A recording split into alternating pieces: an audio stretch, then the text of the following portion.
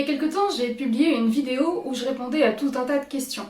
J'expliquais notamment que j'écrivais dans les genres littéraires de la fantasy et du steampunk. Et puis il y a quelqu'un qui m'a demandé en commentaire mais c'est quoi le steampunk au fait?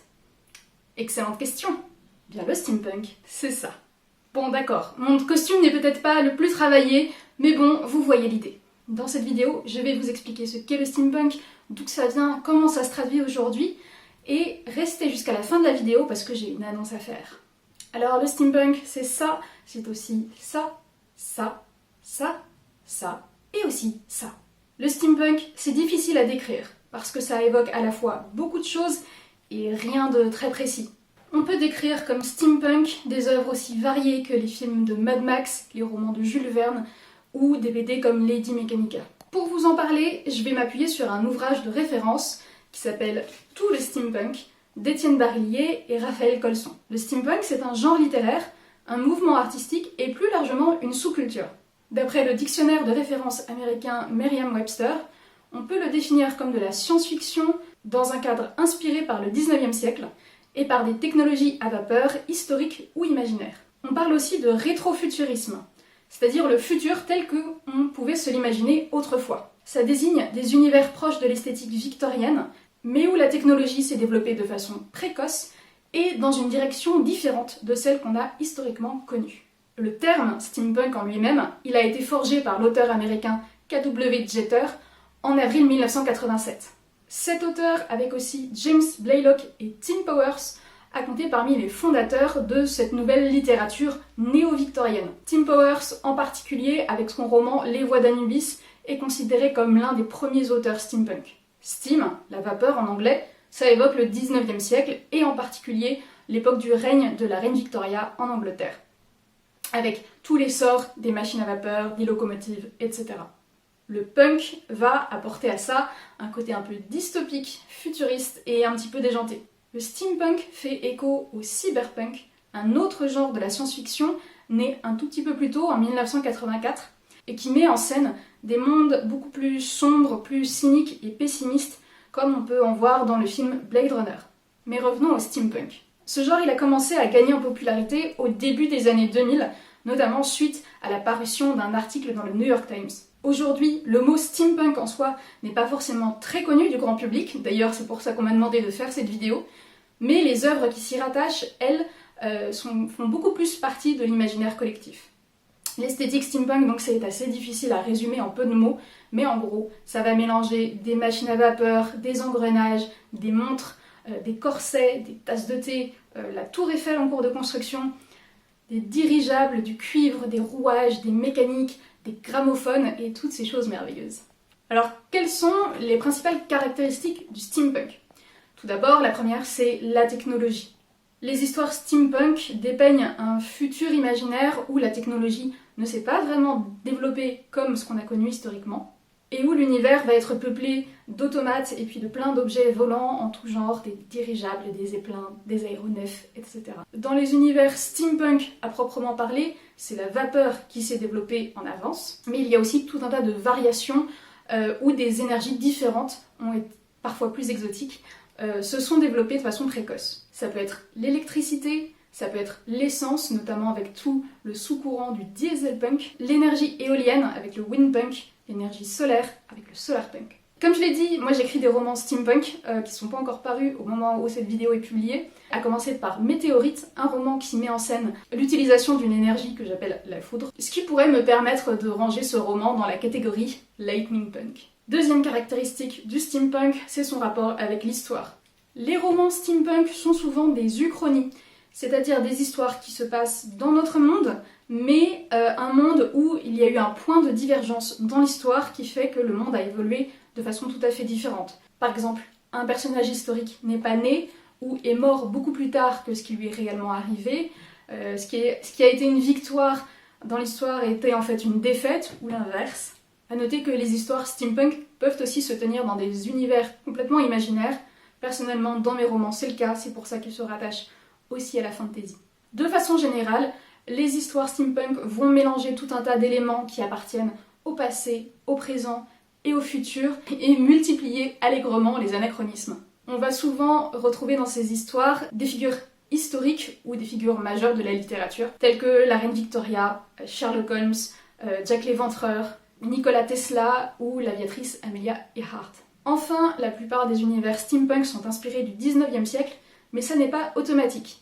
Il y a tout un courant du steampunk, le clockpunk, qui lui se rapproche plutôt de la Renaissance. On va y retrouver non pas de la vapeur, mais beaucoup plus de mécanismes, d'horlogerie, de mécanique en bois, et où la figure de Léonard de Vinci va être une source d'inspiration importante. Une autre caractéristique du steampunk qui personnellement me tient beaucoup à cœur et qui a déclenché ma passion pour ce genre littéraire, c'est le lien entre le steampunk et une forme d'émerveillement. Aujourd'hui, on vit à une époque où tout a été découvert, en tout cas sur notre planète, et où les progrès techniques génèrent parfois plus de peur que d'enthousiasme. En contraste avec ça, le steampunk va permettre de restaurer une atmosphère de mystère, de rêve, de découverte. Il permet de donner vie ou de redonner vie à une époque plus ou moins fictive et vraiment idéalisée, il faut l'admettre, mais où on pouvait partir en dirigeable pour explorer le monde, communiquer avec l'au-delà ou même remonter le temps. Le steampunk permet aussi de redécouvrir une certaine idée de l'élégance, plus formelle et plus raffinée que ce qu'on voit d'habitude dans la rue, autour de bals, de salons de thé, de crinolines, etc. Steampunk, émerveillement, rêve, tout ça va aussi se retrouver avec une petite part d'absurde dans les fabuleux sports steampunk tels que les duels de thé, les duels d'ombrelles et les courses de théière. Avant d'aller plus loin, petite interruption, puisque vous êtes encore là, je vous invite à vous abonner à la chaîne et à liker la vidéo si ce n'est pas déjà fait. Et on reprend. Un autre thème souvent abordé dans les œuvres steampunk, c'est celui du spiritisme, et plus globalement du dialogue avec les morts et du paranormal. Ce sont des sujets qui suscitaient beaucoup d'intérêt au XIXe siècle, notamment avec la figure du scientifique Frank Mesmer, qui était le fondateur de la théorie du magnétisme animal, qui a donné naissance aux magnétiseurs, etc.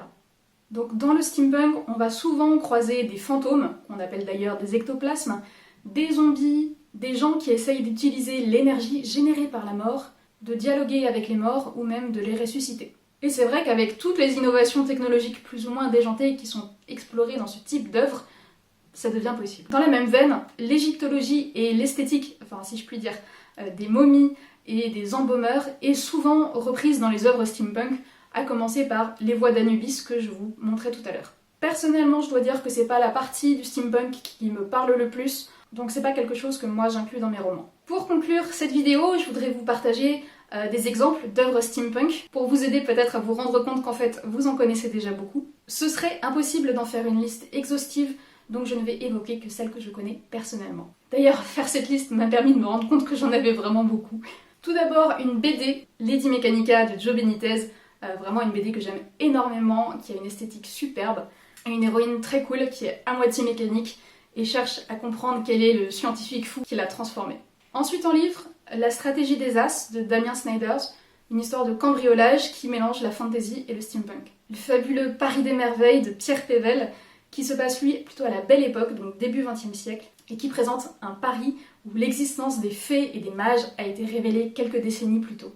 Les confessions d'un automate mangeur d'opium, dont la couverture est vraiment super belle, de Fabrice Collin et Mathieu Gabory, qui raconte une enquête dans Paris en 1889 autour de la mystérieuse substance de l'éther. La vieille fille et le viking de Jennifer Joffre se passe en 1866 et explore les conséquences des voyages dans le temps avec un viking qui se retrouve propulsé au 19e siècle. Les sœurs Carmine d'Ariel Holz qui racontent les aventures un peu folles de trois sœurs dans la cité sinistre de Grisaille où la vie humaine n'a absolument aucune valeur. Les mystères de Larry Spem de Lucie Pierra Pajot qui se passe à Paris en 1899 après la victoire de la Commune et la montée au pouvoir des Bouchers. Le sang des princes de Romain Delplanque, une très chouette série en 2 tomes dans un univers clockpunk, donc inspiré par la Renaissance. Ou encore La 25e heure de Feldrik Riva, qui raconte les aventures de 2 policiers en 1888, alors qu'on observe de mystérieuses résurrections dans les cimetières parisiens. Parmi les pièces de théâtre, on peut aussi noter la pièce Le Cercle des illusionnistes d'Alexis Michalik, qui met en scène le personnage de Georges Méliès, donc un des pionniers du cinéma. Dans les séries, il y a Carnival Row, que j'ai personnellement vu très récemment, qui mélange fantasy et steampunk avec la rencontre d'un monde peuplé d'humains et d'un autre peuplé d'elfes, de trolls. En matière de films, on peut penser au Sherlock Holmes de Guy Ritchie en 2009. Beaucoup d'œuvres autour de Sherlock Holmes ont une tonalité steampunk, mais celui-là en particulier. En matière de musique, le groupe le plus connu s'appelle Abney Park et a littéralement porte des costumes steampunk et a littéralement des chansons comme Steampunk Revolution. J'ai aussi découvert avec grand plaisir la chaîne YouTube de Louis Humanoid, je vous mettrai le lien en description. Ces playlists steampunk instrumentales sont vraiment fabuleuses. Comme média, je ne peux que vous recommander le blog Le Gramophone Beuglant, qui fait vraiment découvrir des tas de petits détails inconnus du 19e siècle et du début du 20e siècle. Très amusant à lire. Enfin, au niveau des jeux vidéo, il y en a des tonnes. Personnellement, je peux vous parler de Frostpunk, un superbe jeu où il s'agit de reconstruire une ville à peu près au milieu de la banquise avec un énorme générateur. La série des Siberia, je n'ai fait que le premier, mais c'est une série de jeux un peu datés en termes de gameplay, mais très beau en termes d'esthétique, où on doit retrouver un vieux créateur d'automates perdu quelque part en Sibérie. Et deux jeux, The Room et The House of Da Vinci, qui sont des jeux de résolution d'énigmes et de puzzles dans des esthétiques steampunk. Ou clockpunk, en l'occurrence pour celle autour de Léonard de Vinci. Et un dernier jeu, et c'est l'annonce que je voulais vous faire au début de cette vidéo, un jeu qui s'appelle Etheris et qui est créé par le superbe studio Wild Wits, où j'ai le grand honneur d'œuvrer en tant que narrative designer, c'est-à-dire que je participe à la construction du scénario du jeu et à la rédaction de tous les éléments de texte, des dialogues, etc. Ça fait 6 mois qu'on travaille dessus et ça y est, notre campagne Kickstarter ouvre justement aujourd'hui, le 5 octobre, donc si vous découvrez la vidéo le jour de sa sortie. Je suis super enthousiaste de vous faire découvrir cet univers pour lequel on a énormément travaillé. Je vous mets le lien du Kickstarter dans la barre d'infos et je vous encourage beaucoup à aller découvrir ce nouvel univers. Etheris est un jeu qui se passe dans un univers plutôt post-apocalyptique, inspiré de l'esthétique steampunk, et qui devrait du coup beaucoup plaire aux amateurs du genre. J'espère que cette vidéo vous a plu et vous a éclairé sur ce qu'est le steampunk. J'espère que ça vous a donné envie de vous y intéresser de plus près et de découvrir toutes les œuvres que j'ai évoquées, en attendant de pouvoir lire mes romans quand je les aurai publiés. Si vous aussi vous voulez me suggérer un sujet de vidéo, eh bien n'hésitez pas à le faire en commentaire. N'oubliez pas de vous abonner et de liker la vidéo, et je vous dis à la prochaine et écrivez bien.